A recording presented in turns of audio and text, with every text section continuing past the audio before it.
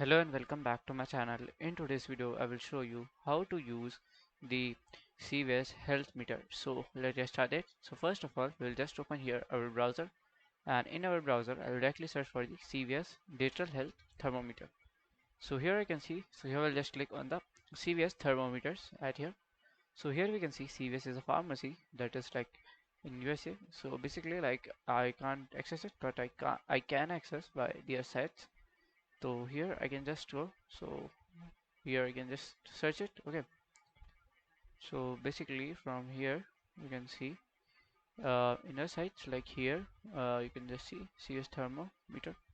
So for example you can see here this you can see as this is thermometers for the CVS, for you can just see for eBay here. Okay, so from here to use this thermometer, as you can see in the picture, you have to first like turn on from here, then you have to pick and put it in your arms or on your mouth, and you have to like keep it for minimum 5 to 10 minutes, and then it will read your temperature and show into the display. So this is how we can just use our CVS health digital thermometer. So if you find this video helpful, make sure you like, subscribe and share the video. Thank you for watching.